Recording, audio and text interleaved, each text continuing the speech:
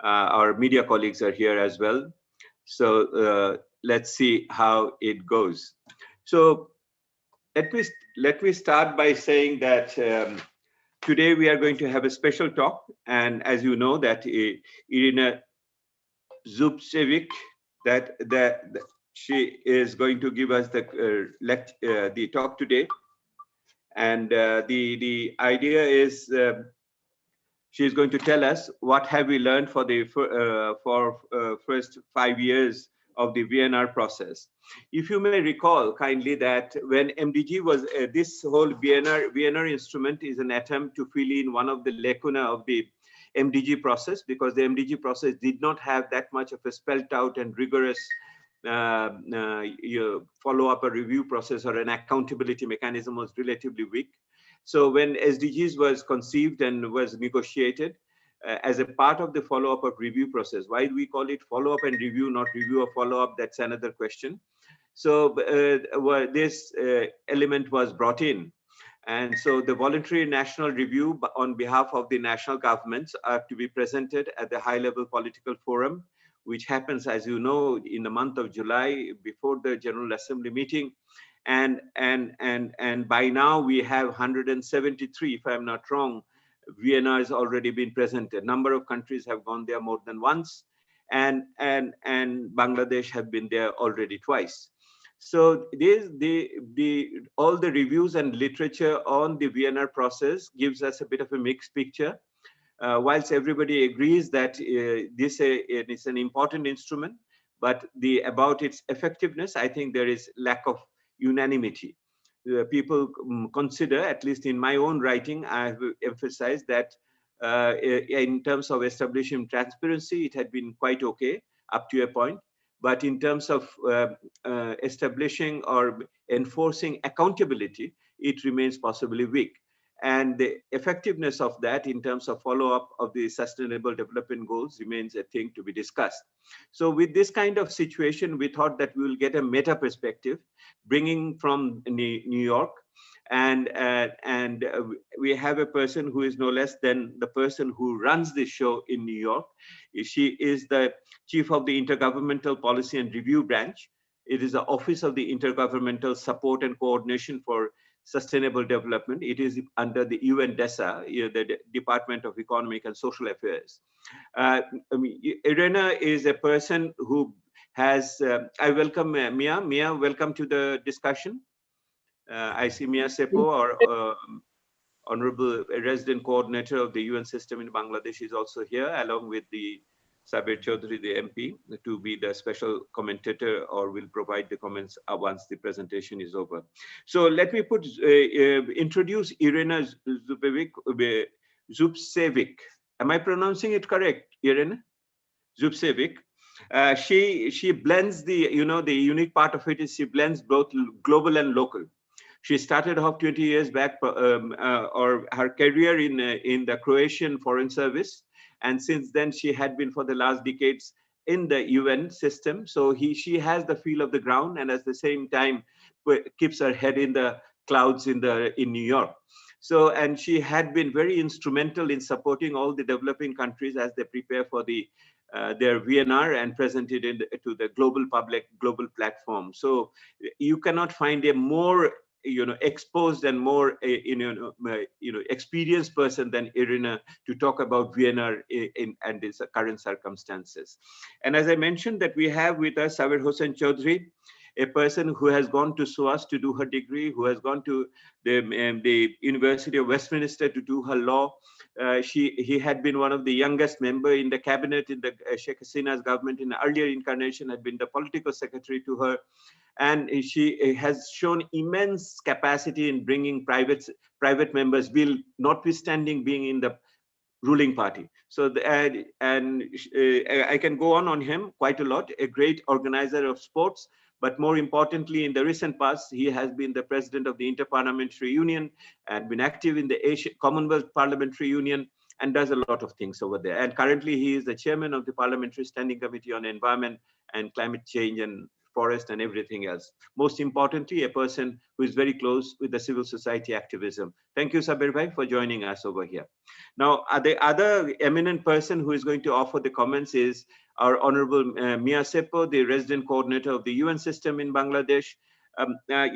Mia had been in Bangladesh from 2017 and had a great interface with whatever happens in Bangladesh in the development sector and also in the humanitarian sector now with the Rohingya refugees.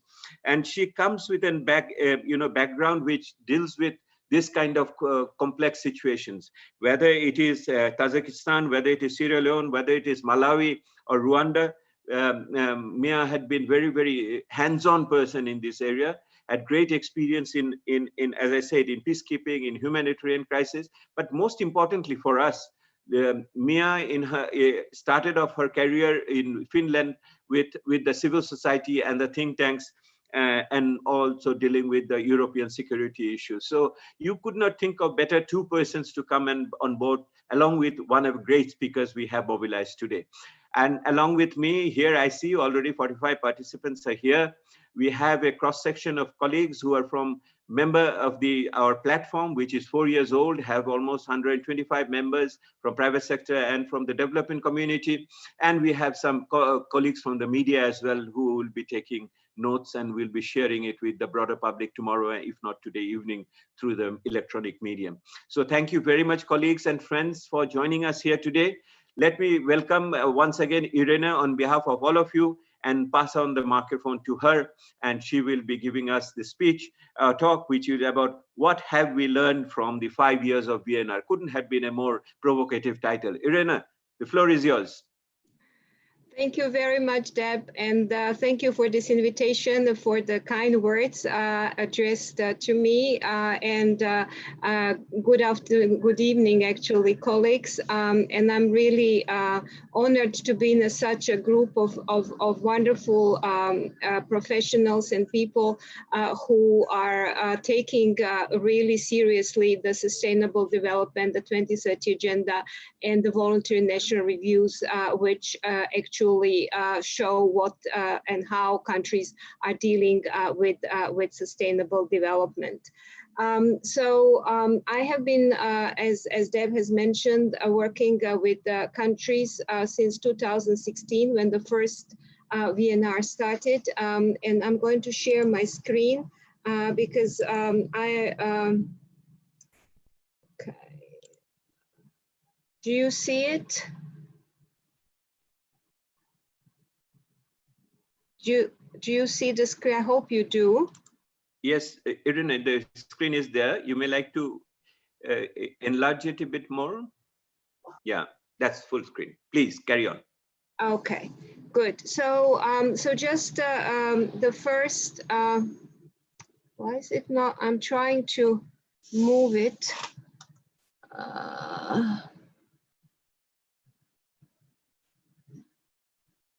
Okay. I'm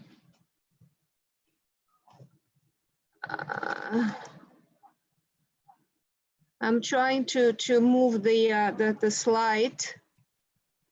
You can do a page down or something like that. That's what I'm trying to do, but it's not working for some reason. I don't know why. Bro, can we help Irena? I'm afraid, sir. Sorry, sir. No, sir. Can you put it up? Dev, this is Van from UNDP. I think she needs to stop sharing and then she shares again, then it will work. Okay, Irena, please stop sharing and start it again. Okay. Van, thank you very much for that helpful advice. Okay.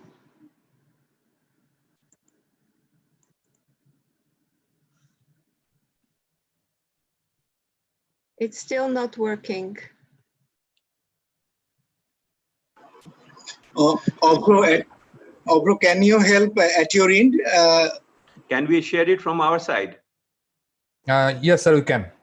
Please do that. We are sharing. Please give me some minutes, sir. I'll stop. Sorry about that. I don't know why it's not working. No issues, no issues. You let him do that, but you may give us some background too. in between. Right. Okay. So, so basically, what I focused my my presentation on I'm starting with some numbers so that you see where globally countries are in presenting their VNRs, and you will see that there are only 24 countries globally who have not presented their VNR yet, which I think is a quite a good and successful way of countries really stepping forward to present what they are doing. And as you know, High-Level Political Forum is one of those forums that works under the all-state formula, which means that it has 193 members of the United Nations, but it also has members of other UN agencies. So actually, it has 4 more countries which are not members of the UN, but are members of other organizations, and those are Cook Islands, Holy See, Niue, and the State of Palestine. Yes, you can go ahead and to the next slide. Irena, so you guide him. He will be changing the slides. Yes. Sure. Thank you so much. I really apologize for that. So you will see that how many countries, those in orange, have not yet presented. You will see that in your region, it's a very good presentation. There are only 5 countries, and also it includes the Pacific, so not only Asia, but and the Pacific part of it. So you will see that there are only a few countries who have not presented their VNR. You can go ahead. And then you will also see by years how every year each year there were more and more countries that presented their VNRs.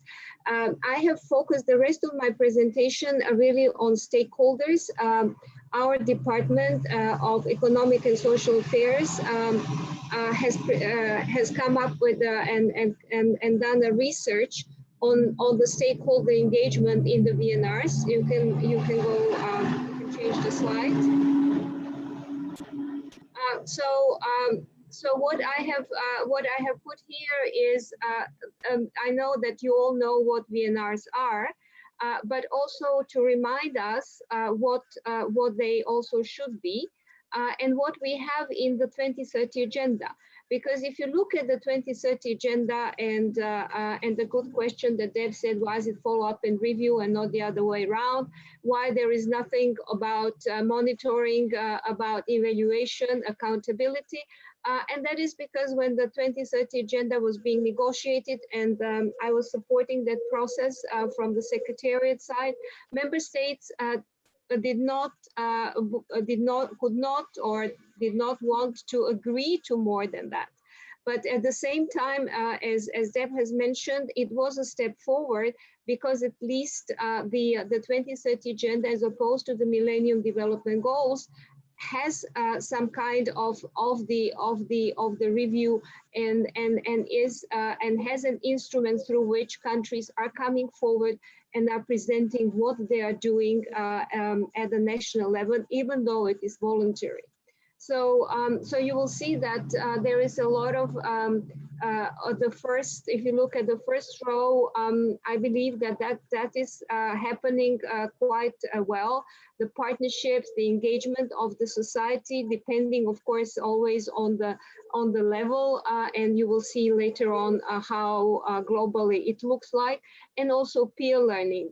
What we have established from the Secretariat side is a very robust preparatory process, which consists of 3 global workshops and also a regional workshop that we do with the regional commissions. So for example, when the Regional Commission of ESCAP in Bangkok has its own regional sustainable development meeting, we always have a meeting, a workshop for the countries from the region that are presenting the VNR in that particular year to discuss their own experiences and their own regional issues that are not always so much prominent at the global level. So this peer learning is now already being quite developed. Of course, when we talk about evidence, data, monitoring, and evaluation, there are many degrees to that. And if you look at the original mandate of the VNRs, and I know you already know it, and I'm not mentioning it because you don't know it, but because to remind ourselves what it doesn't say in that mandate, but it's actually because of the peer pressure. And I would also say because of the Secretary General's voluntary guidelines is happening. So I think that there are more and more countries, if you look from the 2016 to this year, that are producing annexes where there is more evidence, there is more data. They are already looking and evaluating what has happened and how far they have come. So, so this is all of these kind of things of saying that it's an accountability mechanism. It's not in the original mandate. But because of this, I would say, peer pressure and also about the pressure from stakeholders in the countries and globally, there is more and more of this evidence-based VNRs than we saw at the beginning in the first years. You can go ahead. So you will see here, there is a myriad of the stakeholders that need and should be engaged in the VNRs. And also something what is very important, and from the Secretariat side, we are always trying to encourage is to work with other parts of the government. And I'm very happy that we have the Member of Parliament here who is going to talk about that experience, because parliaments are very important in the VNR presentation, and not only in the VNR presentation, but the implementation of the 2030 agenda in general. And I'm also really delighted that we have the resident coordinator, because UN country teams are extremely important in developing countries. We always have also a webinar with the resident coordinators every year of the countries that are presenting that particular year, in order to work together to support, to give support to the countries. But there are also a lot of other actors that are there from as you will see, from the scientific community to older persons, to children, to youth, and a lot of national stakeholders.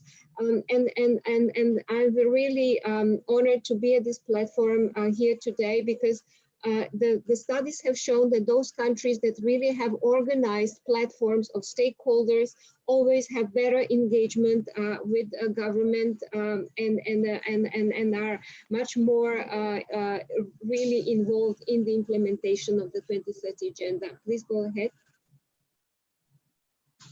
So you will see that in our, as I just mentioned, the study that we have conducted on the stakeholder engagement from 2016 to 2019. So this year has not yet been taken into account.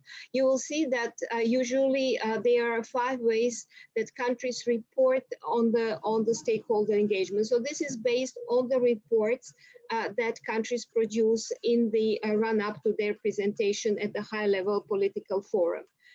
So one of them is engagement through coordination and governance structures that support the 2030 agenda implementation. And you will see later on, I have pulled out some examples of that. So how they are having some kind of multi-stakeholder mechanisms, so that where both the government and stakeholders are engaged in the presentation. Also, they talk about outreach and awareness raising. So how stakeholders are being how they are being informed, and how they and also how they themselves are working on this outreach. Then also through the development of national priorities for implementation. So they are stakeholders who work in different areas. So they are also engaging with the stakeholders to work, let's say, on gender, on water and sanitation, on youth, and so on. And then, of course, they also report on the consultation and engagement on VNRs, and so they would describe the workshops that they held, also the comments that they have received, and also there are some examples of countries who even include part of the comments from stakeholders in their VNRs. And then, of course, there are engagements or partnerships with non-state actors. So there are also a lot of public-private partnerships. And because, as we know, the public sector cannot do everything in the implementation, so you need to engage non-state actors, including private sector, NGOs, and so on. You can change the slide, please. So, so you will see when we looked at the reports, some of the things and how this stakeholder engagement has been reported. So you will see that around 75% of countries that noted the inclusion of non-state actors. And then 80% talked about some activities, and nearly 80% provided information on multi-stakeholder engagement, and also how they did it. So I just talked about that. And then they talk about different other ways of engaging through youth councils, stakeholder fora, engagement with local and regional governments, and also working with partnerships. So all of these kind of things come out from there. You can go ahead. Next slide. Yes, and so here are some of the activities that the VNR countries reported. So what is really, and if you look at the columns, you will see visually that the largest column is about the inform, and the shortest one is about empower. So this is very important because it's, of course, all of these stages are important, but empowering stakeholders is something which is really essential. And this kind of platform that you have is also about empowerment. So you will see that informing, there are different ways how you can inform. I'm not going to read through all of that, but you will see that there are a number of activities there which range from conferences to parliamentary discussions to partnerships. All of that is there. Then when it comes to consulting, it's not as many activities that are being reported, as you will see. So a lot of them are basically limited to consultation meetings and public comments online. And then also working directly with the public is also, there are not a lot of activities there. As I mentioned, there are institutional arrangements that countries have established through official mechanisms that they have, that most countries do at least report to have some kind of multi-stakeholder mechanism. And then when you have about, then when they talk about collaboration, there are some good examples of countries who were drafting their VNRs together with stakeholders. And as I said, there are some examples where they have included them in their reports. And then also there is engagement with academia. There are countries, for example, who would engage a think tank that would help them with research, especially in collecting the data and finding the science-based, so that they can produce a scientifically based evidence on how far they have gone in the implementation. And then when you see the empowering, there are not that many activities there as well, and they are focused on usually capacity building and efforts to create the enabling environment so that stakeholders can engage in meaningfully. And also there is a lot about localization. And partnerships. So how this, because local activities and local governments are extremely important. but it's also a big challenge, and I have heard from countries from through all these years that it's one of the most difficult challenges for them is the engagement of stakeholders and localization, and how the national government works with local governments and also of other communities and activities at the local level. Can you go on? So you will see here, we looked at the reports and see what are the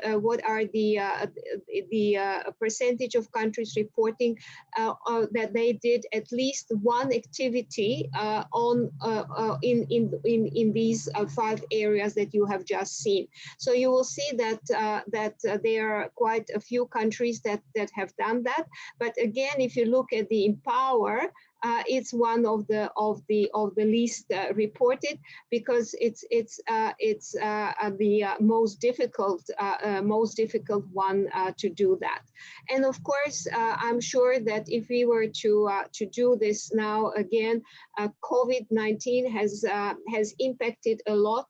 And I have just finished working on the and did research in the 2020 VNRs. The brief has been published on DESA website. You can have a look at it, how countries have already reported on the impact of COVID-19 on their activities, not only regarding to VNR engagement, but also how they are already predicting that COVID-19 will really have a negative impact on the implementation of the 2030 agenda and the SDGs.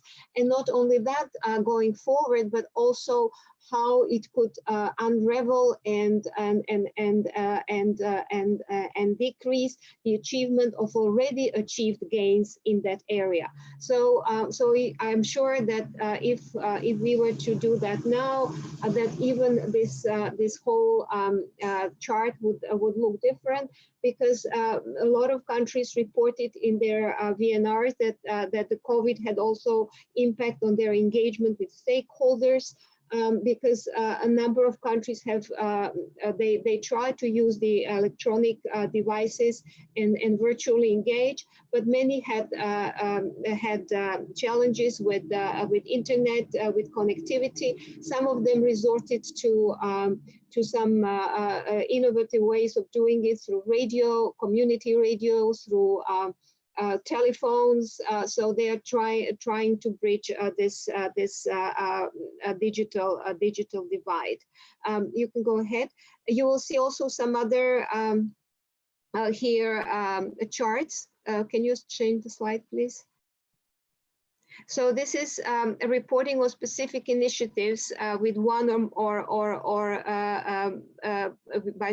by state actors. So you will see how the percentage of that by countries, and you will see that that civil society is the one that is the most engaged.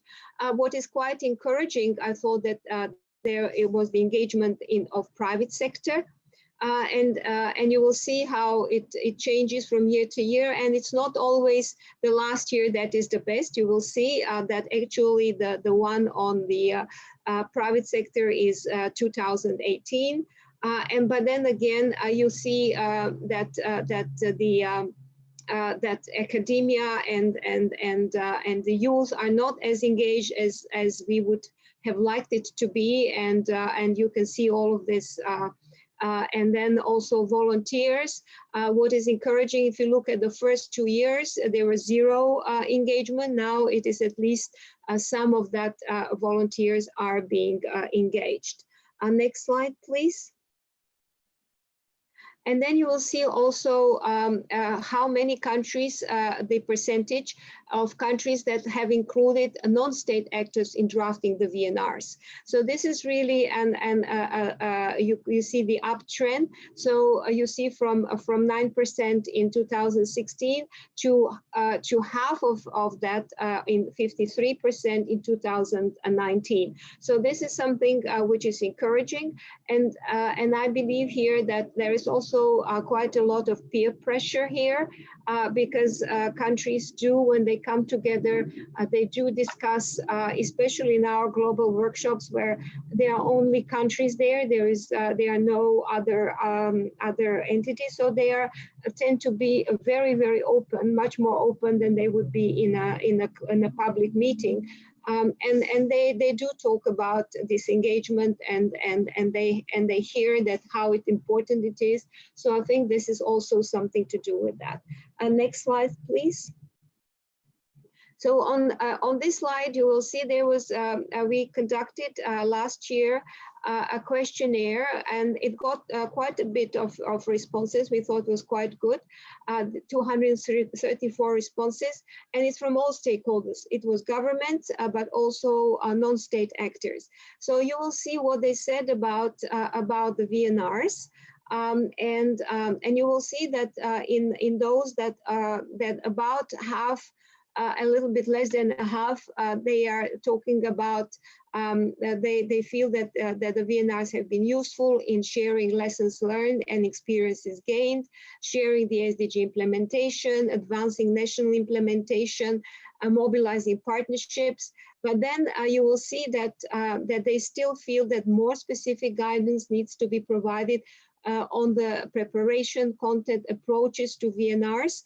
And this is something which we are trying to work and support countries. What we are always telling countries, a VNR is not a one-off report. It really is a process. And and we have heard from many countries, if you do it right, and you really engage everybody, and you're really trying not, as some have put it, to make it the beauty contest, but really have a realistic, and I think it was Deb who was talking about that, but really make it realistic and honest picture of the implementation. It is the most useful, and you will also have a lot of usefulness for it, and you could build on it even after you are presenting the VNRs at the Hlpf. Next slide, please. So here are some of the benefits that we have gathered, and it's really based on the experience that we have heard, what countries and other stakeholders were telling us during these 5 years, and some of them I have already mentioned, and it's really about the providing accountability and communication tool, about monitoring the SDG implementation, including Parliament, Supreme Audit institutions, also other branches of government, so not just the executive one. So it's really about mapping. A lot of countries were talking, especially at the beginning when they started the implementation, about how the VNRs help them establish a baseline from which they would be measuring their implementation and evaluate it, and really engaging the whole of government, because as much as it is a big challenge to engage stakeholders, we have heard from a lot of those government representatives how it is difficult to establish coordination and coherence across the government itself, because we all know that governments usually are working, or were used, we are hoping that this is now changing, that's why we say changing mindset, that they were working in silos. So each a ministry, each department would have its own portfolio, they would be doing their own work, and they would not be looking at what other departments or ministries are doing. So this kind of coherence, which is needed if we want to have to achieve sustainable development and sustainable development goals, this is something which the VNRs can definitely help with. So these are all, I'm not going to read it all, you can later have this and look it for yourself, but this is what I have touched upon in my presentation, what are all these benefits. Then if you go to the next slide, you will see the challenges which of course are shorter from the Secretariat side, because you know we try to tend and always emphasize the good side, and are less how to say, we should not be really talking as a secretariat who tries to support and show the best progress always about challenges. So we rely to all the other partners who are engaged in VNRs to talk about challenges. But these are the challenges, as I said, we put those challenges that came from the countries themselves. So they are the ones who told us these are the challenges that that we are encountering. So, so insufficient time and resources for more robust capacity building. So this is something we're always saying to countries: you need to start, if you want to have a VNR process which is going to help your national implementation, you have to start early. So it's never too early to start. We are also talking and also saying that this is a good way that you can actually build capacity of various actors. So you have to work with various levels of government. So you're going from the national level to the state, regional, subnational, depending on each government, on each country's setup. When they are, of course, federal governments have much more challenges, and because they all have to work with a lot of state or regional or sub-regional local governments. But at the same time, it's also an opportunity, because through that you're also empowering those communities and local governments which are the closest to the implementation, that can make really the difference in the life of people. And then insufficient and an ad hoc engagement of stakeholders. So I have already mentioned at the beginning, if you have a platform like this one, which is continuing, and it's not a one-off thing for the VNR. Okay, we have 5 workshops, we do the we share what we have come up with, and then that's it. But you really have a continuous mechanism, which is hopefully also legislated. That's the best case scenario. But even if it's not, but if it's continuously working and engaging with government and also with other stakeholders and amongst different communities, then it's really a big and important thing. And this is a challenge. And then not enough data to monitor, evaluate progress. We all know about data collection, the reliability of data, and also how you have to have a coherent approach to data. There have been lately some good examples that countries have established national platforms for data collection, so that everything that the country, from all sectors, all the data comes to one platform where it's available to everybody to use it for their own purposes. And then, of course, we have established this and offered to countries Secretary General's voluntary guidelines. These guidelines at the beginning, if you look, we did some research, and at the beginning in 2016-17, not many countries followed these guidelines. But as we moved on, now almost all countries follow these guidelines, which is providing at least some sort of comparability among reports. But as I say, because it's voluntary, and those all of those actors, especially from government, who are engaged in development, as you know, everything is being voluntary, and everything is being very much emphasized, the sovereignty of countries and their own way of how they have to decide what they are going to report on and how they are going to report on that.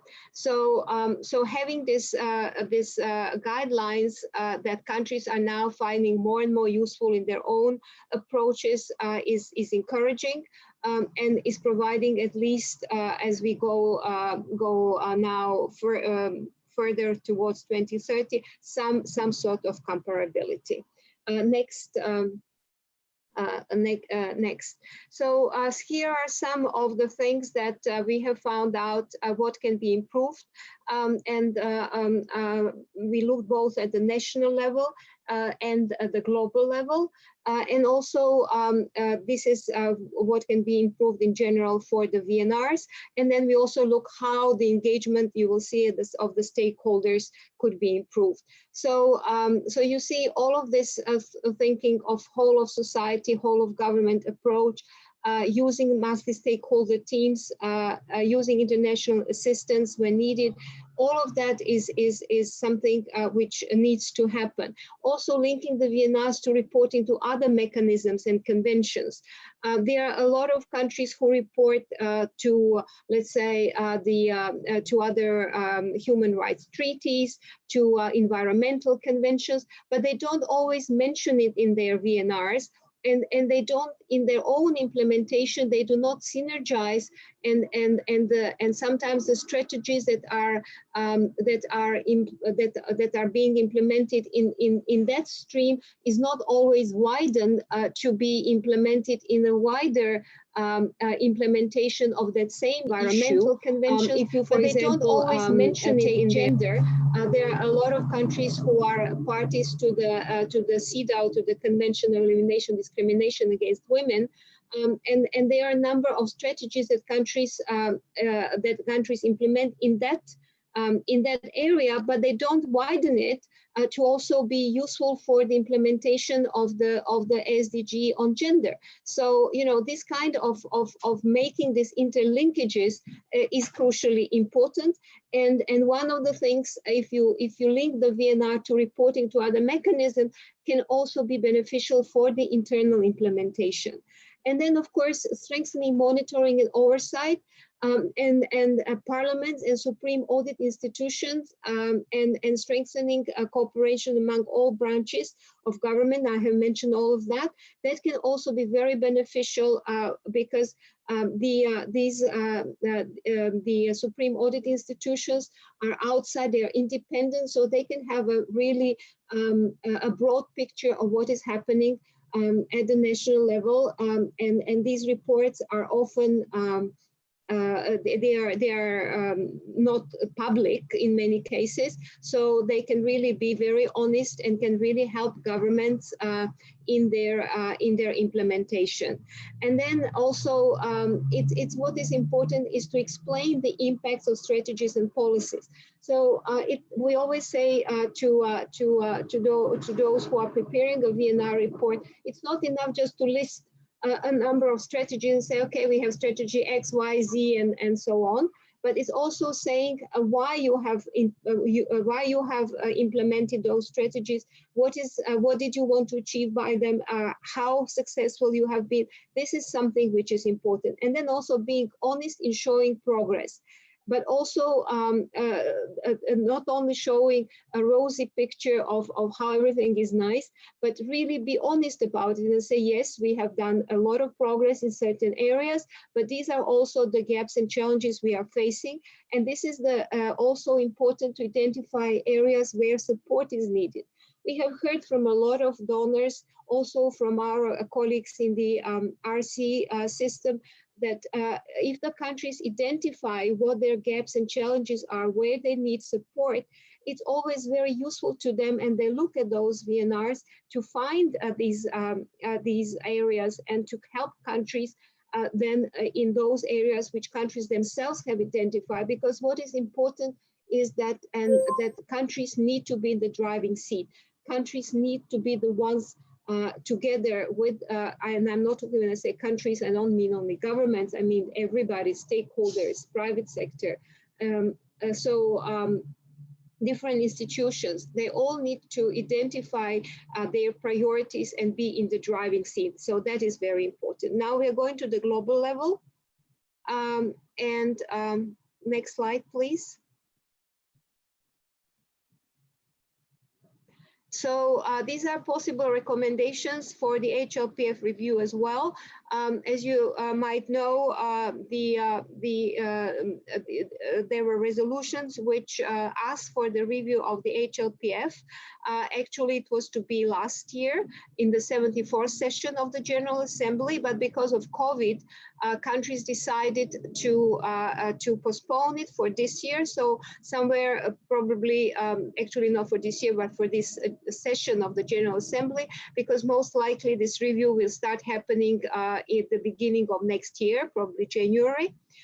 So these are some of the things that we have heard from the countries, and we have seen that countries who are using SG voluntary guidelines, as I have just mentioned, they would increase comparability and also improve the overall quality of reports. So this is something which could be maybe more legislated than it is now.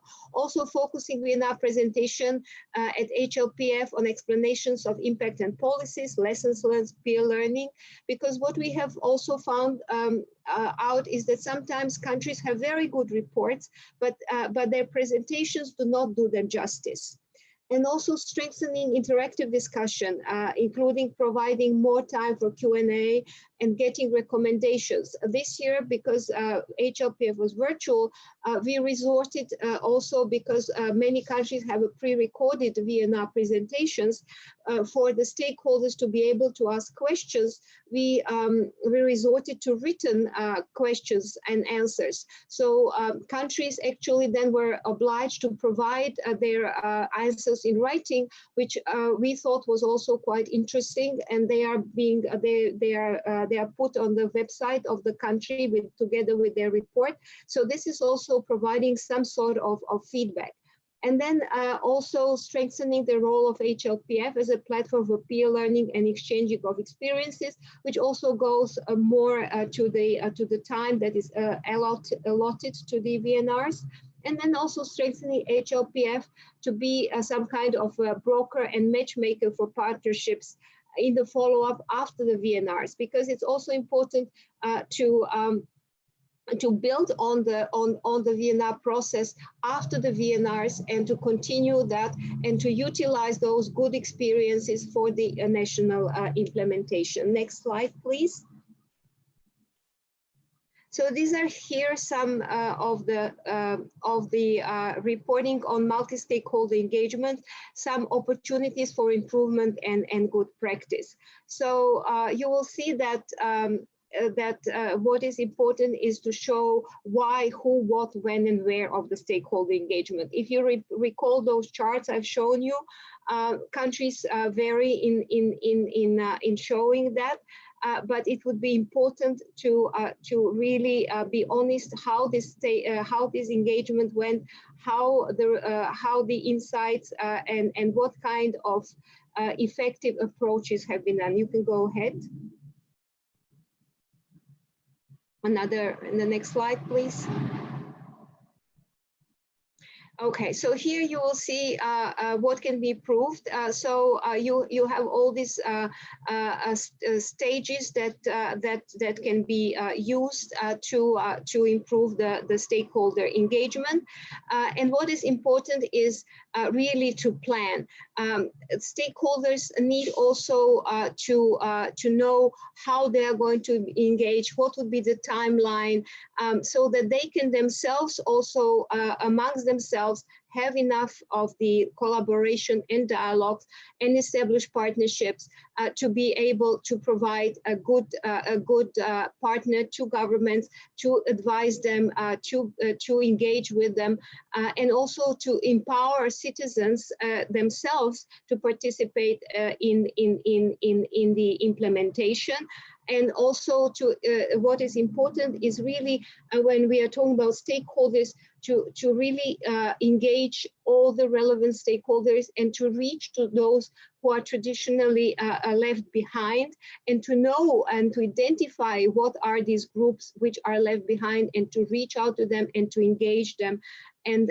and also to recognize the expertise of others, and to see that everybody has something to contribute, and the more diversified and the more inclusive it is, the better it is. And then what is important would be also for the stakeholders to report on their own experience, and how stakeholders have contributed to the implementation of the 2030 agenda, how this whole of society approach is working, but also how their experience with the VNR process has been. Next slide, please. And so finally, here are some of the examples that I have pulled out of the from different parts of the world, including your own. As you know, 2030 agenda is a universal agenda, so we also have developed countries report. So I have also pulled here the example of Finland. So what I found interesting for Jamaica is what they have is the approach of localize the SDGs through the Dialogue for Development series under the theme Jamaica We Want, Vision 2030, advancing the SDGs, leaving no one behind. So this was a kind of a really widespread, according to their report, that engaged all the country. And in Namibia, what was interesting is that they also that they engaged all the stakeholders in data collection. So I thought that was, you know, using big data, and then it was validated by the statistical agency. But there is, I'm sure you are aware, there is a lot of discussion about big data. So that was an interesting example to do that. And also so what in Cambodian approach, what was interesting was how they were using the innovation to achieve what they call a CSDGs, which is Cambodian SDGs. And they used tax revenues or ODA, how to crowd in private investment. So that was another interesting way. And also they established some new developments in finance architecture. For Mongolia, they had a series of multi-sectoral consultations, and they also provided trainings with the representatives of the central government, but also including local and all the other governments. And they helped in building an understanding and deepen the knowledge about sustainable development. And also all of this contributed to the national development policies and the planning systems. For Finland, they have a different body, so they have National Commission for Sustainable Development, which also is a multi-stakeholder, which includes government together with other actors. They included also their indigenous populations, displaced persons, migrants, so a lot of them. But also they have they have also the scientific body, and also they have instituted something which they call operational commitments, so that each organization can make a commitment what they are going to do and how they are going to contribute, and this is like a society's commitment to the implementation of the 2030 agenda. So these are some of the examples, and this is some kind of a sketch of where we are in 2020. So this is where I'm going to stop. And thank you very much for your attention, and I'm very happy to answer any questions that you might have, or hear a lot of comments which are, I'm sure, going to be useful for my work as well. Thank you. No, thank you, Irena, for that very exhaustive presentation. I think so. You have gone through the framework to concrete examples of success over there. I will bring in our very esteemed discussants, commentators over here. But I just wanted to highlight one or two findings which you have presented, which are quite startling. My first, it struck me that whilst the collaboration and consultation is increasing, but the empowerment is not increasing, accordingly or proportionately in that way. That's a bit worrying. So this is number one, I thought.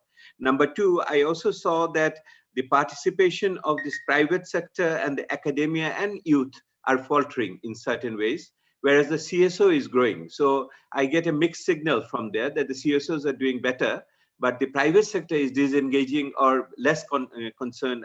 That is the second one I wanted to highlight.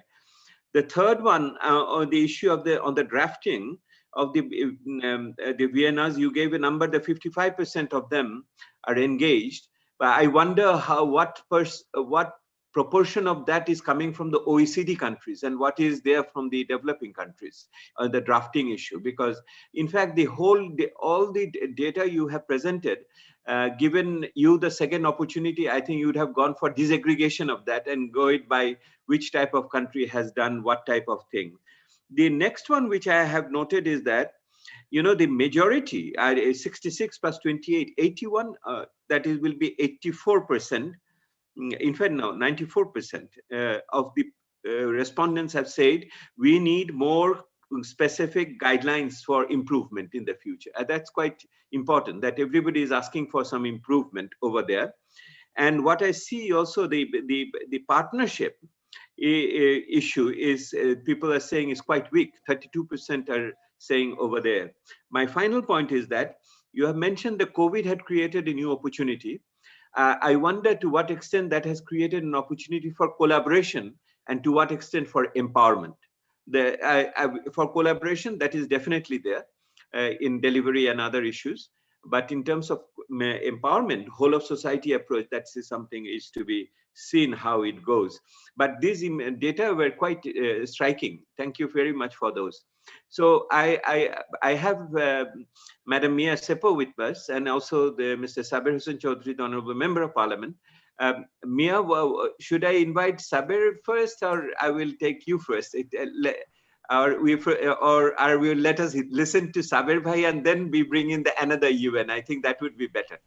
If you allow I think the honorable should definitely go first. Okay, thank you very much. So, Honorable Saber Hussain Chaudhry, please, Saber Bhai. Thank you, Irena. I think I have clapped you. You guys could have shown your reactions too. Keep your microphone closed at this moment, but do send your questions to the chat box, and you can also raise your hand, and my colleagues, the host at the CPD, will also alert me who wants to speak. And sometimes it is quite informal, like a bazaar. You can come in as you feel free. Please, Saber Bhai, the floor is yours. Thank you. Thank you so much. Thank you, Irena. I thought that was very, it was exhaustive, but I think it was also very insightful. Because I think, when we are looking at it from the country perspective, we are always not aware of what the global perspective is. And when we look at the challenges that other countries face, I think we realize that these are common challenges. I think this is my understanding, and I would like to share this with you. The most important point for me, and I take a cue from what you mentioned, Irena, is that these are not reports, but this represents a process. And I see the process as one of accountability, not to the high-level political forum, but to the citizens of the country. I think this is a very fundamental point, because when we talk about accountability, accountability to who? Yes, I think this high-level political forum gives us a platform, and we can showcase, we can share, and we can also learn from what others are doing. But at the end of the day, it is really how do we enhance the engagement with citizens, and in that process, how do we make our accountability much more robust than it is. So I think that is a very fundamental starting off point from me. And then when you establish that as one of the reasons why we have this whole process, because remember the innovation that we have with the SDGs of the country-led reports is basically to emphasize the point that these have to be owned by the countries, because without the country ownership, the chances of success are going to be very limited. Now, if we didn't have the voluntary national reviews, then we would have what? We would have had the Secretary General, the UNSG, presenting a report and talking about what the countries have done. So this is an innovation. But really what we are talking about is how do we maximize the impacts of this new innovation, and how can the countries also enrich themselves in the process. So when I look at it from the point of accountability, to me, there are two dimensions. One is the process that you've talked about, in terms of informing, in terms of involving, in terms of consulting and empowering. But the other is, what is the actual outcome at the end of the day? Because that is going to be very, very important. And when we talk about the impacts, then we really have to look at, this is a very ambitious agenda. It's a holistic agenda. It's not about individual targets or goals or indicators, but it's about a transformation, and how do we bring about that transformation? So leaving no one behind, it's very aspirational. And you are taking up this very challenging aspirational agenda with very limited resources. That I think is fundamental to this whole discussion. So then it comes to, how do I prioritize my resources? How do I allocate my resources? What are the trade-offs in terms of policies? Yes, I might be through a policy, I might be promoting one sector, but in the process that someone else suffer, what are the negative fallouts?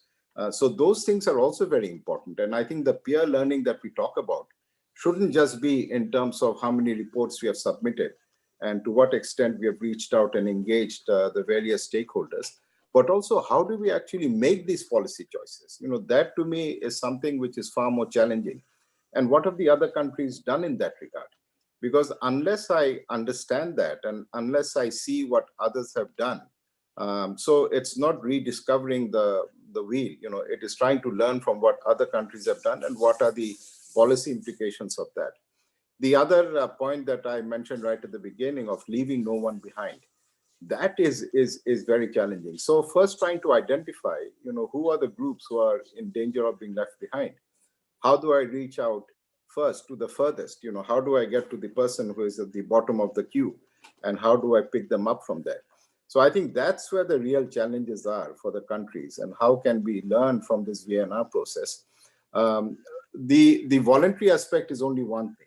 The other is it has to be inclusive. It has to be participatory, as you have said.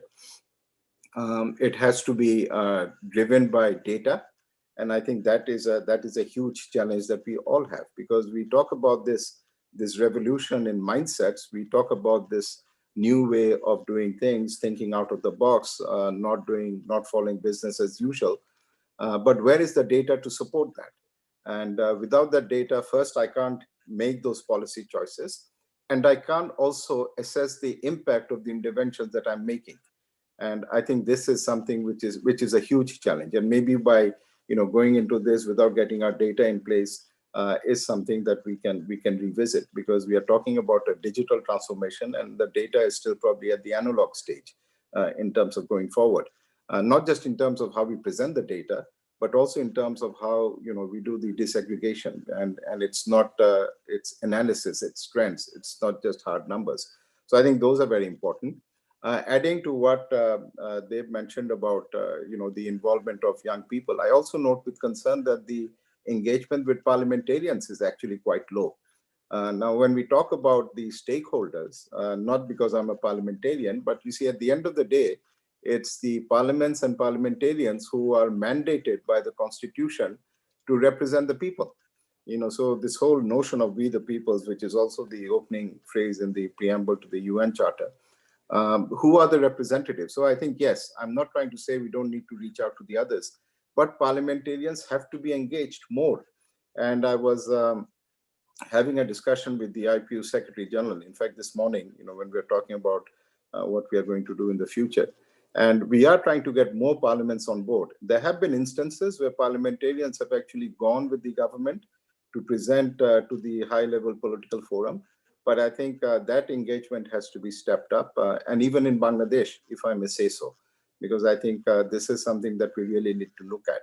Because at the end of the day, if you're looking at resource allocation, if you're looking at policy articulation, if you're looking at coherence, that's where really parliamentarians have to be on board. So yes, and parliamentarians in turn have to be a bridge between the government and the younger generation, with the business, the private sector, with the civil society organizations, with the volunteers. So I think that needs some reworking. And the engagement shouldn't just be, whether it is parliaments or the other stakeholders, just before presenting the report. I think it has to be a continuous engagement. And how do we ensure that? You don't reach out to the stakeholders a week before you're going to submit your report and say, have a look at this, and how that report is actually going to be presented. Maybe there should be a section on what we could do better. What has not worked. I think that is also important. What has not worked, what could work better. These are also all very important aspects.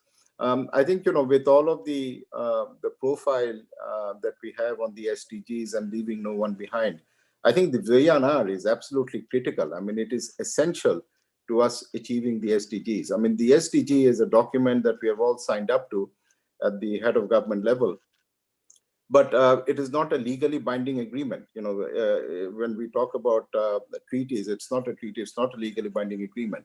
So really the country-led, the country-owned process component is going to be absolutely fundamental.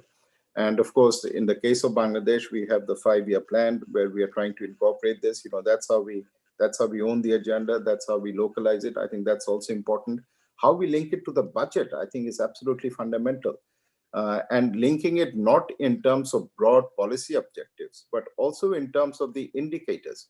One of the good things that we have done in Bangladesh is each of the targets have been assigned to a ministry. Unlike the UK, which has a select standing committee or select committees, our committees are not based on issues. Our committees are actually aligned to the work of the ministry.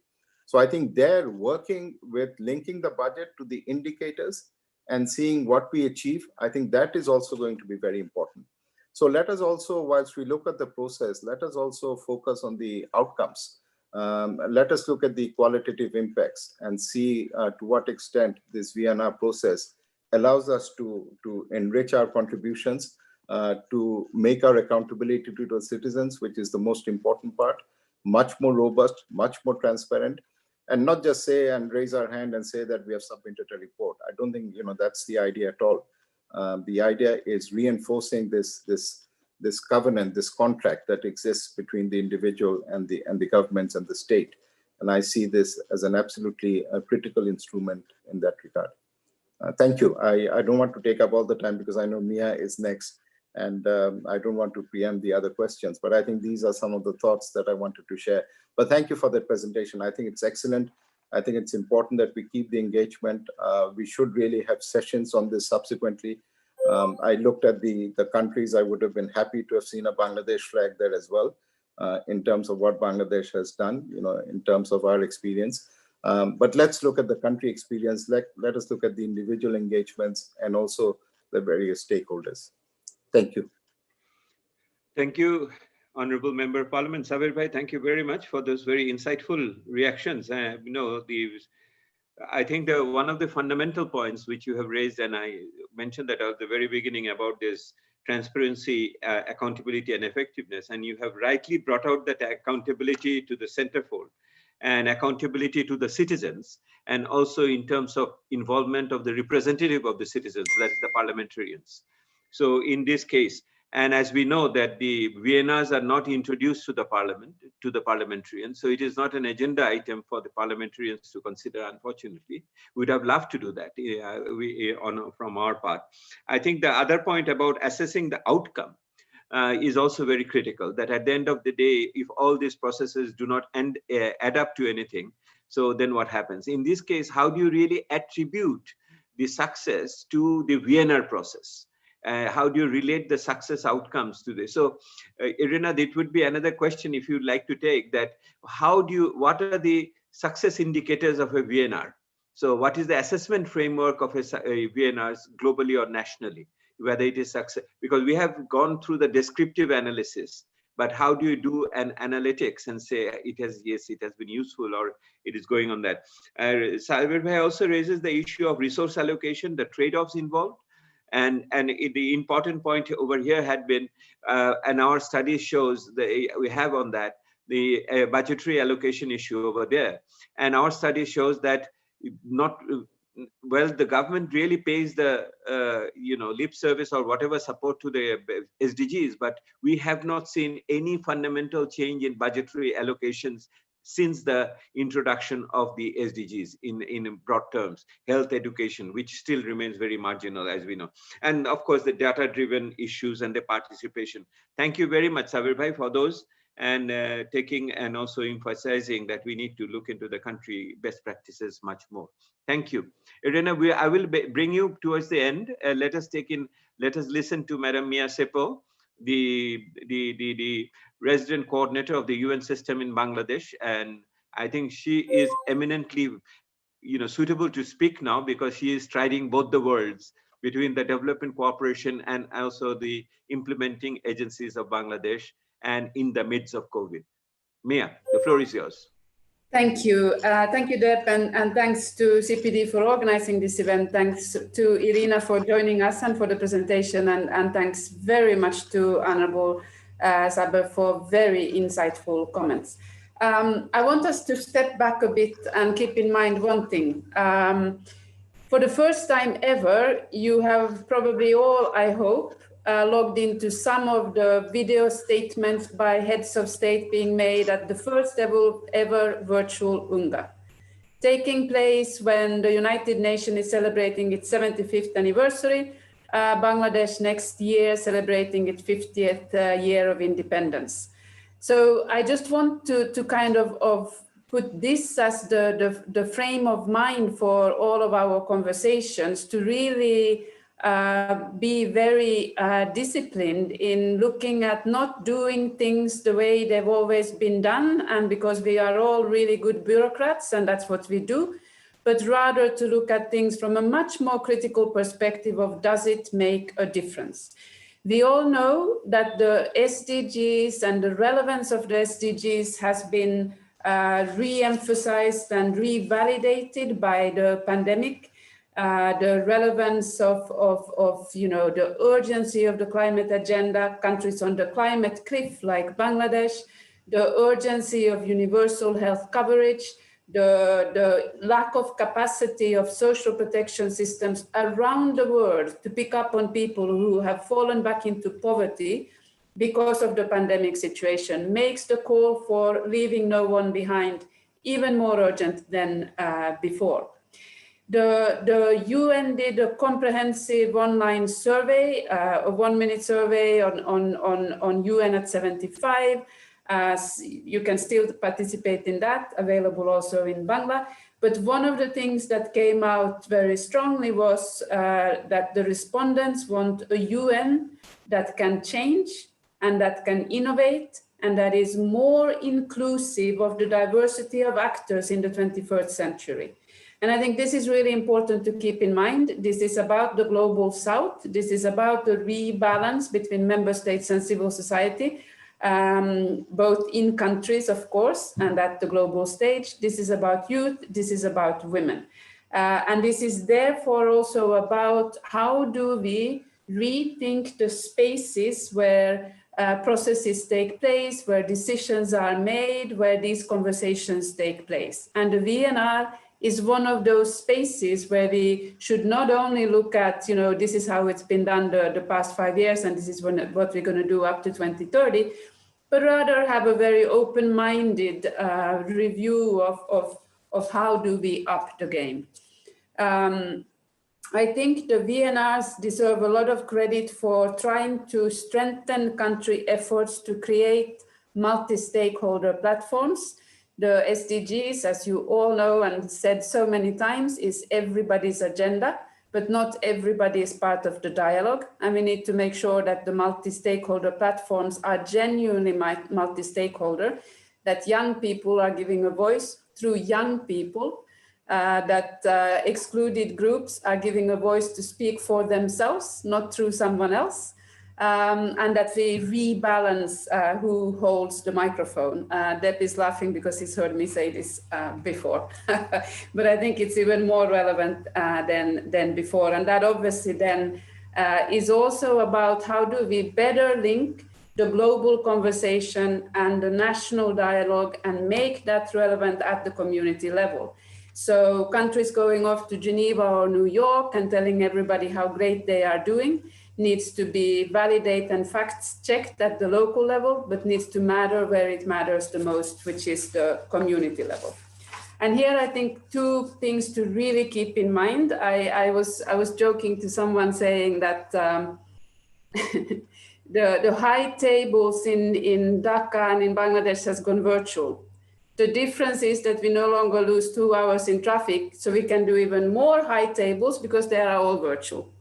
So we are the ones who are typically having these conversations. I see a lot of faces and smiles of people who would typically be on those high tables. I think we have to be really mindful of the fact that the digital divide, the digital transformation, the digital divide is the potential and already the new face of inequality. The same voices are being heard, the same voices are being excluded. The risk of these voices not being heard is actually amplified in a digital space.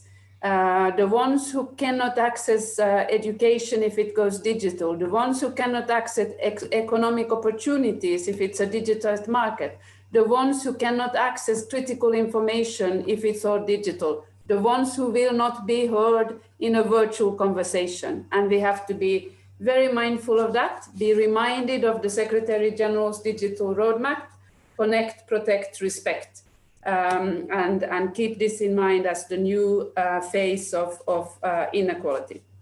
My second to last point, I was actually very pleased in the conversations that took place in Bangladesh on Friday when we were looking and commemorating the maiden speech of the Father of the Nation at the UN General Assembly in 1974, that the speech makes a strong reference to the Universal Declaration of Human Rights. The SDG agenda is a rights-based agenda. The maiden speech of the Father of the Nation makes a direct reference to the Universal Declaration of Human Rights, to many of the values that then kind of have translated into the NDGs and the SDGs. And you will recall one of the references when the word got together around the Universal Declaration of Human Rights was that human rights matters the most in the smallest places. SDG implementation matters the most in the smallest places. Accountability, as the Honorable correctly said, is about accountability to the people. Implementation is about implementation at the community level.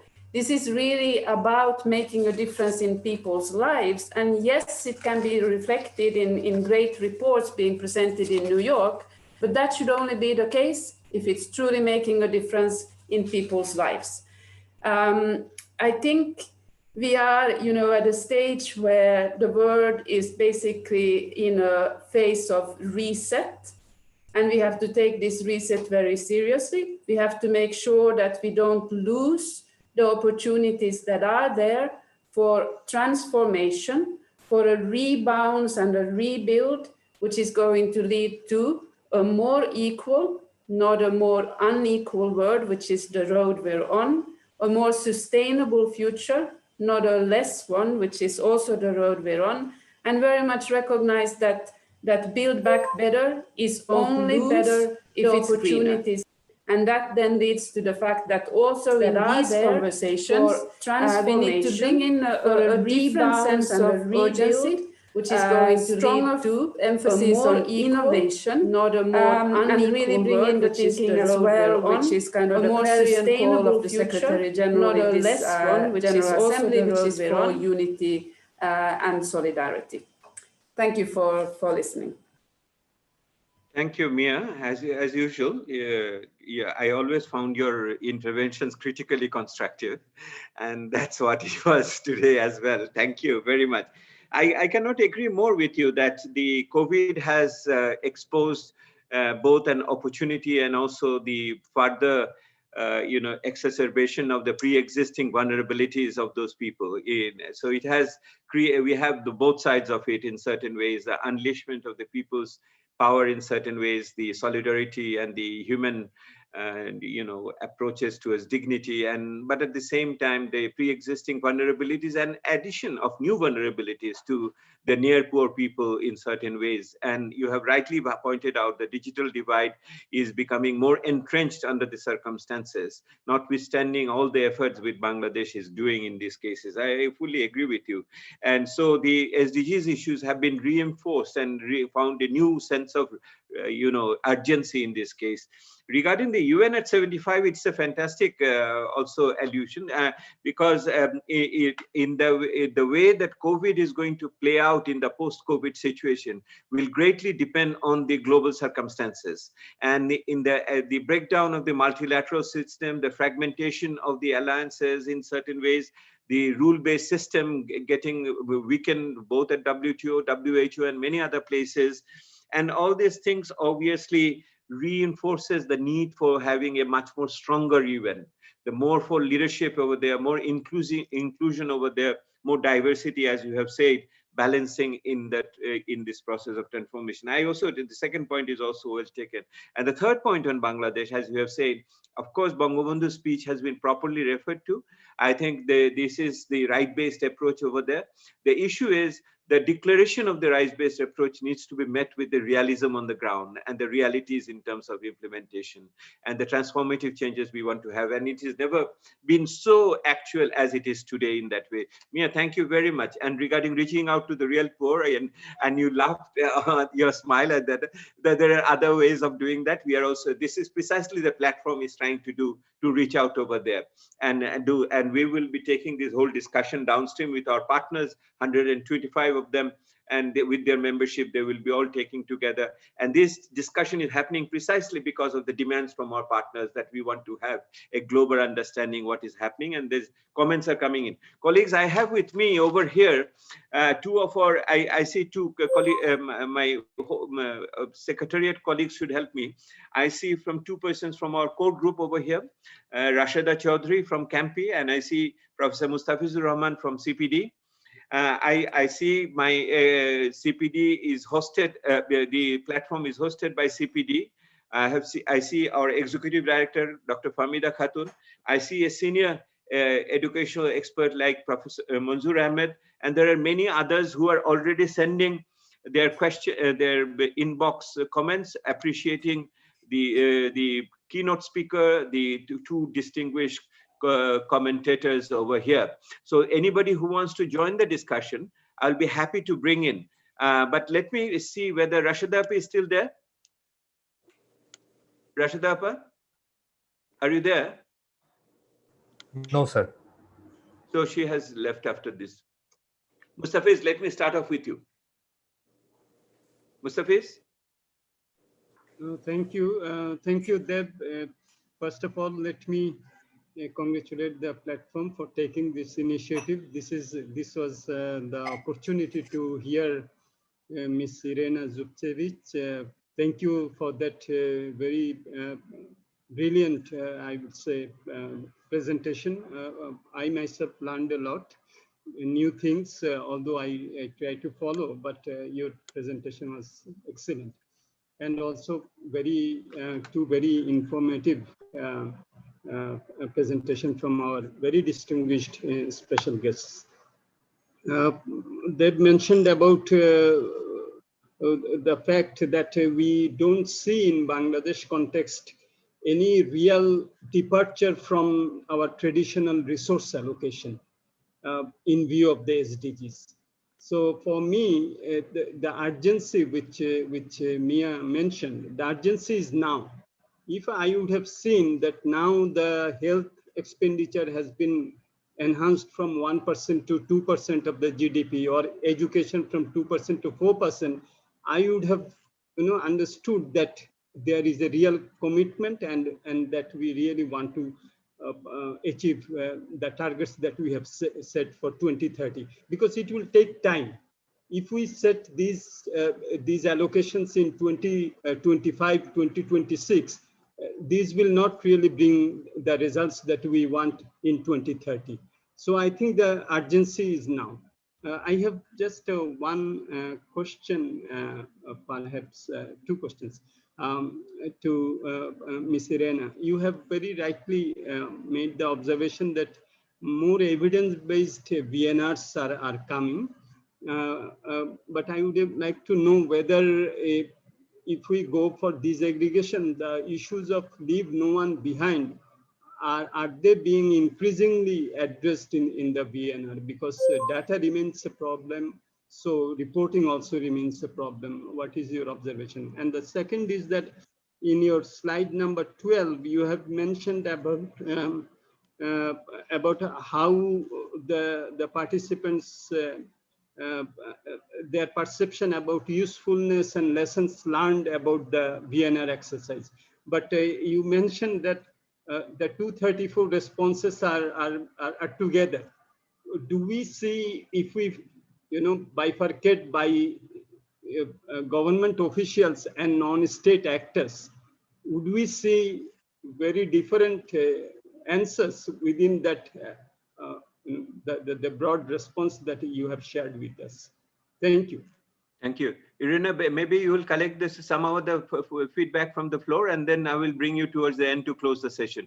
So I see here a question coming from Selina Kea from the Hlpf organization. Selina, the floor is yours. You can put up the question yourself. Because this is a very critical question, because this particular aspect did not figure in the agenda for reform. So please come. Okay. I would like to come next after. Manzoor bhai, you must come. I will come bring you in. After the speaker, if you would let me. No, of course you will be. But okay. There was a question. I will put up the question and then I will bring you in. Okay, sure. Sure. Kea, are you there? Are you there? I don't see her at this moment. Her question is, Irena, that how can we participate and communicate our issues to the national report from non-state actors' point of view, like UPR or any other system? So, and what DESA is thinking about it, can we please take it as a point? Essentially is about, because all the reforms issues which you have raised, it did not talk about creating a special window for the non-state actors to come in. It has been assumed that the non-state actors are within the state actors, subsumed in that way, which is possibly not true in a fragmented democracy or fragile democracies. So that is the point. Why that second window could not be opened up till now or in the future? What is the thought? Let me bring in Dr. Manzoor Ahmed. He is an education specialist of global repute and had been participating in this education area, in particularly in bringing in improvement in both in terms of delivery and accountability. Manzoor bhai, the floor is yours. Thank you very much. Thank you. That second window two could not be things have been mentioned: the now process or in the future. of What is VNR and the outcome. Let me bring in Dr. Of course, the process itself is very important. It is innovative and it's giving an opportunity for participation and engagement and involvement and all that, though there is more to be done in that area. But in terms of outcome, what difference does it make? That's the critical test. And here, one test I would like to pose to you. We know now that SDG 4, education, the area that I work in, we already know that we are not on track. After 1/3 of the time elapsed, we are not on track to reach our goals for SDG 2030. Now, has the VNR, which thematically has been reports on education, SDG 4, has it captured this situation that we are not on track, we are behind already, and what can be done about it? So that's a test of the VNR process, if it can capture and suggest what can be done individually in the countries and globally. And then my second question, I won't take time. I'm very glad that Mr. Saverio Senchaudhary is here. Now, he talked about the parliamentary involvement and the report to the citizen, accountability to the citizens and so on. Now, why doesn't the parliament, our parliament, the standing committees of the parliament doesn't get involved in this SDG 2030 questions and in their respective areas, have some discussion, have some hearing, get some people who are involved in this and have discussion on this and see what more can be done. I think the government itself has a coordinating committee and the Prime Minister's office, and they're giving some priority to this, but there is much more to be done here.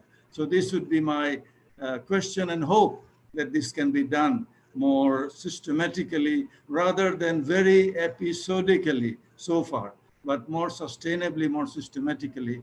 That would be very useful. Thank you very much. Thank you, Mansoor Bhai, for drawing our attention to SDG 4. Education, and particularly quality education, has become a critical issue, as we all know, and also re-emphasizing the point that why Parliament is not engaging more substantively on this issue on a sustained way, of course. Anybody else who want to come in at this moment, please raise your hands.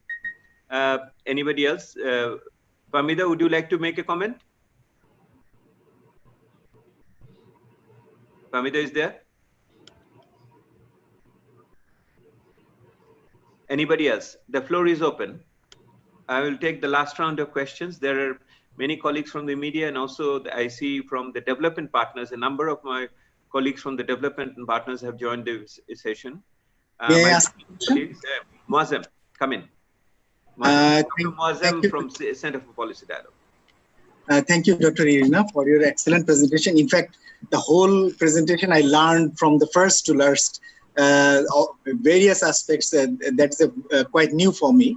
I have one question regarding your examples for successful cases. You put forward Jamaica, then Finland and other countries, and where you mentioned that non-state actors have been successfully engaged in the governmental process.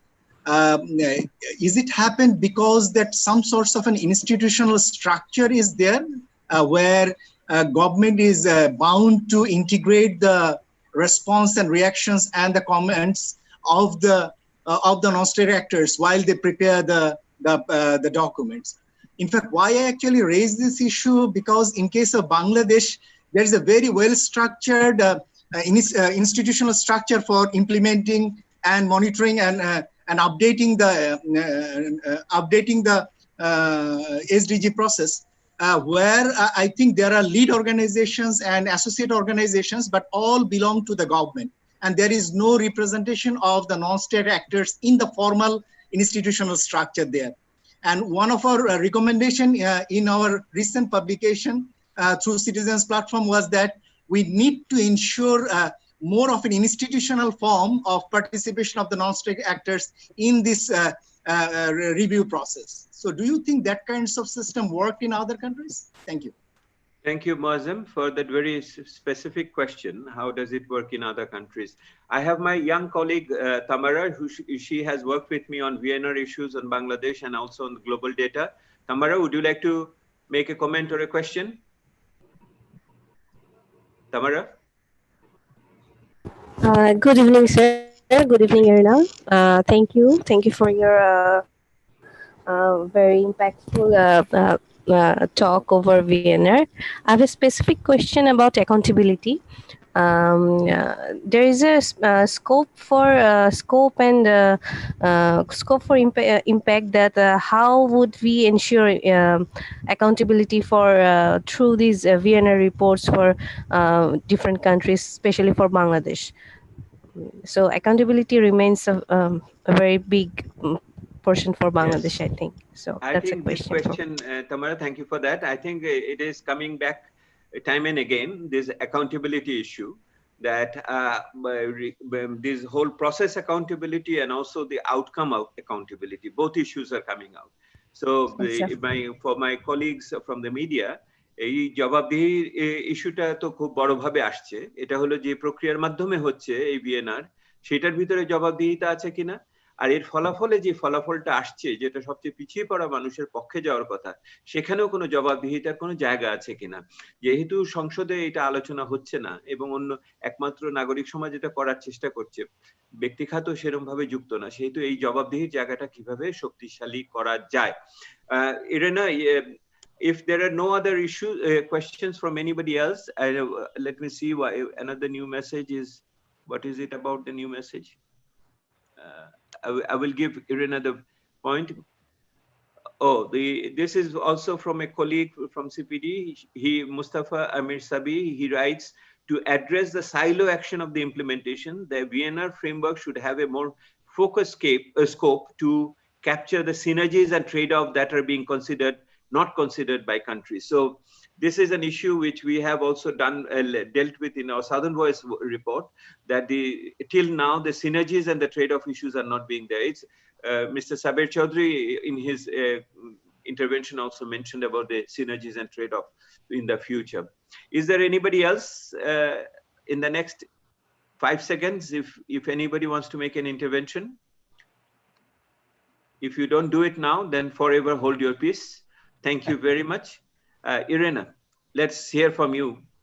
This had been a wide-ranging discussion, starting from the process and also in terms of good practices and also about future reforms. All three issues, sets of issues have been there. Please. Thank you very much, and thank you to discussants for very, very insightful presentations, and also for the questions. It has been very informative for me as well. Thank you very much. I have also learned quite a lot.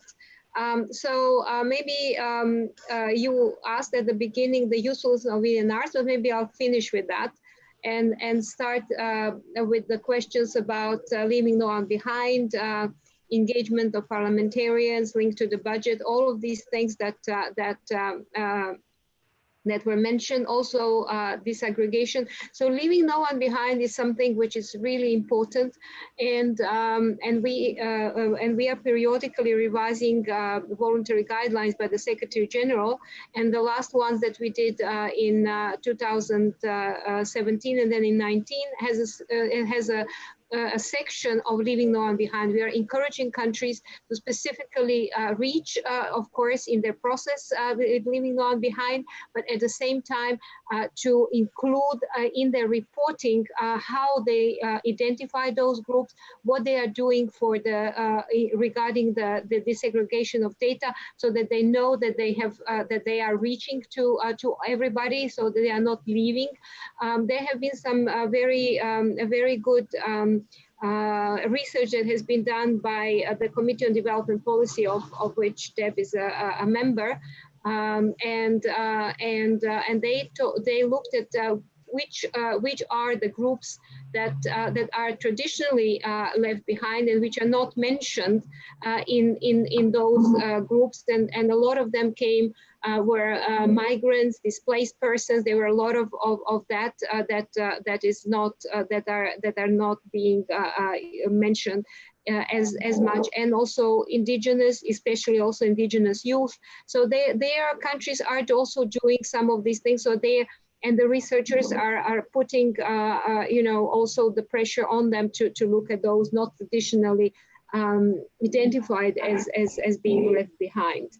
Regarding the response to the questionnaire, yes, we do have, we separated stakeholders from governments in our, I put everybody together in this one, so not to be as granular, but we did separate the two. But in that particular question, they are about the same percentage, so it's not a big difference.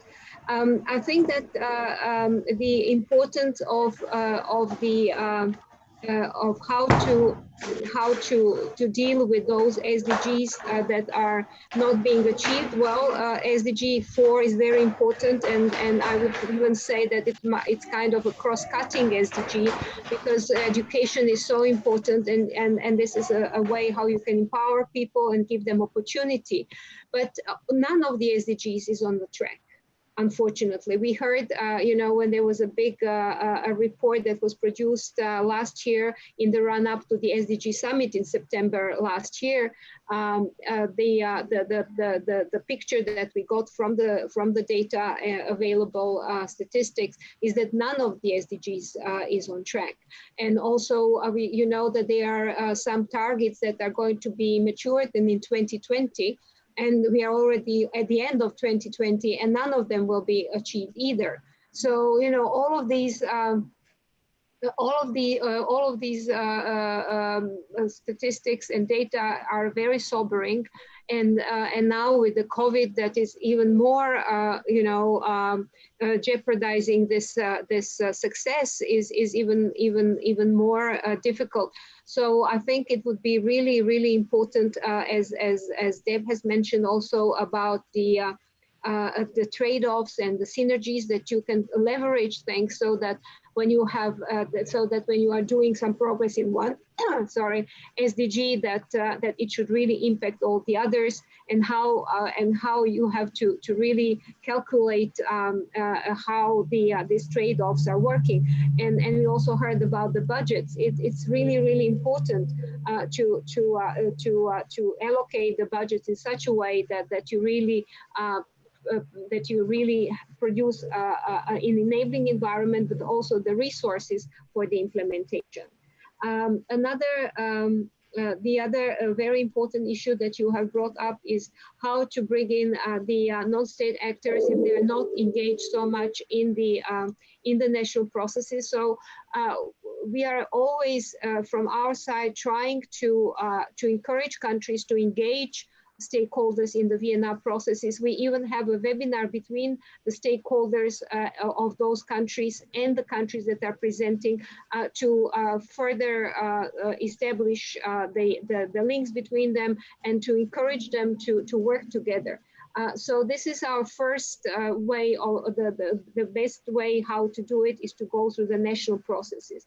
Of course, we do understand that there are some countries that are that is more difficult than the others. So we are working. We have the mechanism that we are working through, which was established by what is called the major groups and other stakeholders, which, as you know, are the usual different stakeholders in the non-state arena that were identified already in 1992.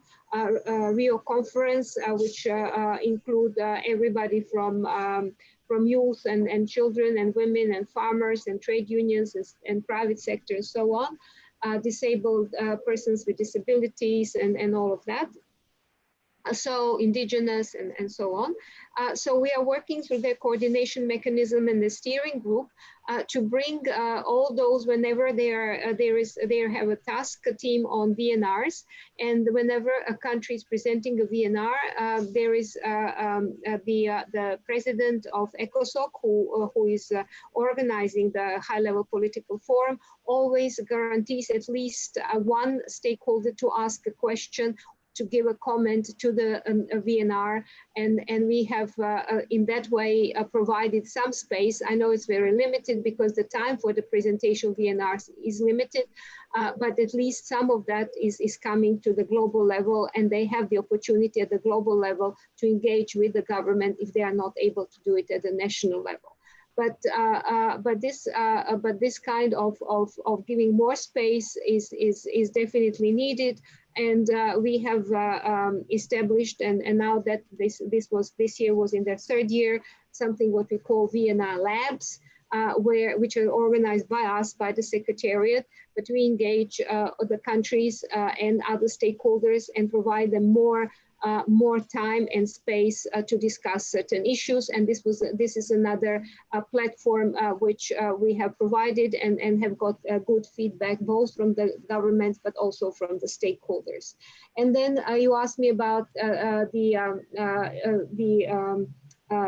examples that I have given about the engagement of stakeholders and how it happened in those countries and what are some good practices. I would say that one of the most important which we have provided and have institutionalized both from the government and have some kind of mechanism. And then you asked me about the governments together with the stakeholders. So having some kind of examples that I have given about stakeholders engagement mechanism, whether you call it the coordination mechanism, practices, I would say that one of the most important which we have provided and trying to institutionalize useful and have the kind of mechanism to try to engage and governments together to stakeholders. So here is some kind of examples that I have for the government to establish engagement mechanism, and then as country nation research has shown that this kind of body exists, then of course the dialogue, engagement, and involvement of stakeholders is very important. And one thing just to draw attention to, last year there was the National SDG Advisory Bodies platform was established at the SDG around the SDG Summit last year, which is an international platform that is and DESA, Finland, the German National Council and Stakeholder Forum established this. We were like the founders of this platform, which is providing some capacity building and also some good practices of what other countries are doing. So this might also be useful for you to be engaged with them. And I know that they've had some conversation with them as well. So to see how you can establish this, also like the founders of countries are doing it, and use this for your own national situation. Capacity building, and then lastly, accountability. Well, one of the other countries are doing in the 2030 agenda, if you look at it, to be engaged with them at the national level, and accountability and with them as well. So accountability of how your citizens is mentioned, which is providing some something you can work on, and accountability at the national level and accountability and this with them as parliament is mentioned. See here it says platform which is providing some something that citizens work on, so accountability at the national level and accountability lastly with them as parliament is mentioned. See here it says platform which is providing some things that some really important is how you accountability at the national level and accountability lastly time. Last year, for the first time, we had almost half of the countries that came for the second time. And this year, there will be even more. The majority of the countries that have come forward that they want to present their VNR, there are 30 so far, or 31. There are only 5 that are first-time presenters. All the others are second and third-time presenters. So this will be an opportunity to really, for the countries, and we are trying from our side as much as possible to encourage them to show what was the usefulness of the first VNR and what they identified in the first VNR, how they address these issues in their second, so that they can show in the second VNR how they address these issues, what is the impact, how useful this has been. So this post-VNR process is equally important, even if it's not more important than preparations for the VNRs, because you need to build on it and use the second and the subsequent VNRs to 2030 agenda to show what is useful in that, what is the how impact you have addressed those issues that you have identified as challenges. VNR process is things that we are doing, even if you research more on how countries have or have not preparations for their first VNR. Because you need. So I think this will also show something, and will possibly draw attention to countries and encourage them to really look at what they have said in the first VNR and how to build on that in their second and subsequent VNRs. And I'll stop here and just wanted to thank you very, very much for this opportunity. It was a privilege and an honor for me to be in such distinguished audience and to also learn from you, and I'm grateful for that. Thank you. Thank you, Irena, for that closing statement. I think that more or less captures all the rich points which have been raised by my colleagues from the floor and by the honorable discussants. So thank you very much. Irena, if you allow me, I want to close it in Bangla for some other, so therefore the media to take it from Bengali, apart from what you have discussed in English. The basic point over here, সেটা হলো যে বাংলাদেশ এই VNR process এখন একটি পরিবর্তনের ভিতরে আছে। এটা একটি বিকাশমান প্রক্রিয়া এবং এই বিকাশমান প্রক্রিয়া সঠিক দিকেই আগাচ্ছে বলে আমাদের কাছে মনে হয়। কিন্তু তার যে গতিতে এটা আগানো দরকার হয়তো সেই গতির ভিতরে সেটা এখনো নেই। সেহেতু আগামী দিনে এই পুরনো অভিজ্ঞতার ভিত্তিতে আমাদের আগাতে হবে। এখানে আমাদের একজন one of our colleagues have put in a comment. I think I need to read it out from Muhammad Alamgir Hossain. I guess he's from the government. For ensuring transparent and reliable data in Bangladesh, the National Data Coordination Committee, NDCC, has been formed, ensuring members from non-state actors like CPD, FBCCI, BKMA, etc. So there is a mechanism for participation of the non-state actors. I think our Tawfiq from CPD is a member over there. So there is a data-related mechanism for participation of non-state actors. That's a thank you for that reminding us about that.